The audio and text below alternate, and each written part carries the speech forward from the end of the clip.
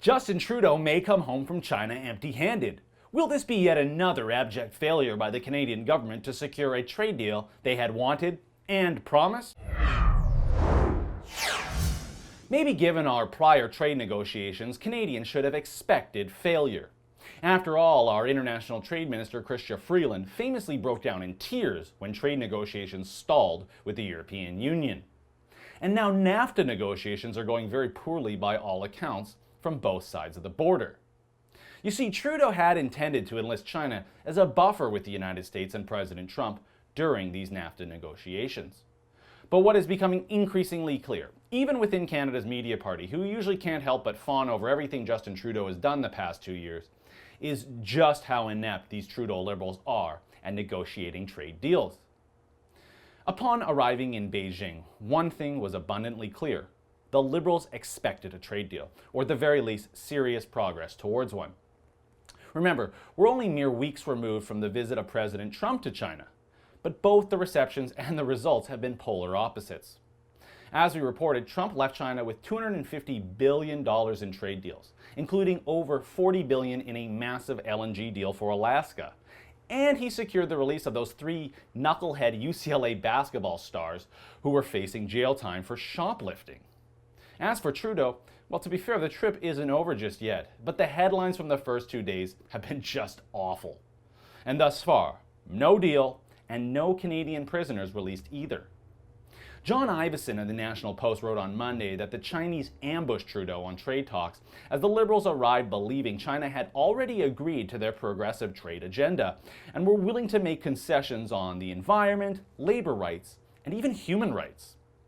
Well, not so fast apparently, as Trudeau's meeting with Chinese Premier Li Keqiang did not go well, and according to Iveson, quote, Trudeau emerged to give his final statement looking like the boy who expected a bike for Christmas and instead got a pair of plain socks, unquote. And nothing can possibly disappoint Justin Trudeau more than plain socks. Iveson went on to report the Canadian photographers, even the Prime Minister's personal photographer, were regularly blocked from taking photos of the event by Chinese security.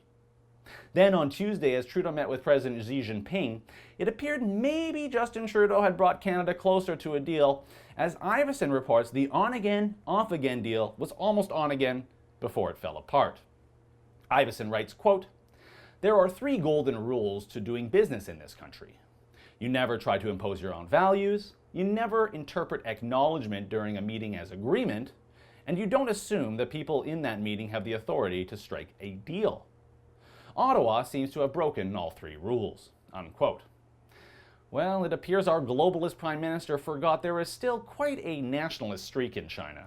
And they're not just going to play by our rules because we want them to or because we've been friendly as a nation, say not opposing major acquisitions of Canadian companies by Chinese firms, as we've seen since Justin Trudeau became Prime Minister.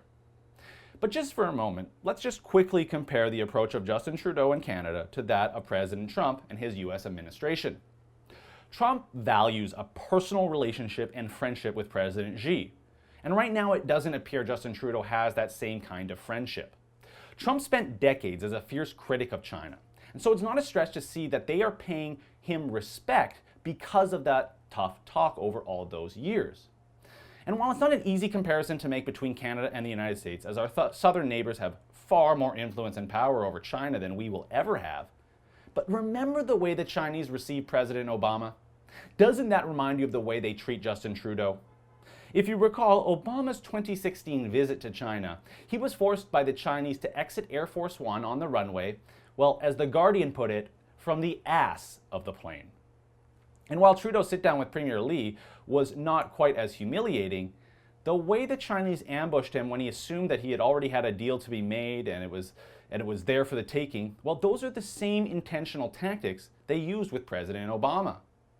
So barring a last-minute deal, should Trudeau and the Liberals return empty-handed to Canada, well, the pressure will be on to come to a deal on NAFTA. But the Trump administration will then know they have Canada between a rock and a hard place with no leverage without a deal with China.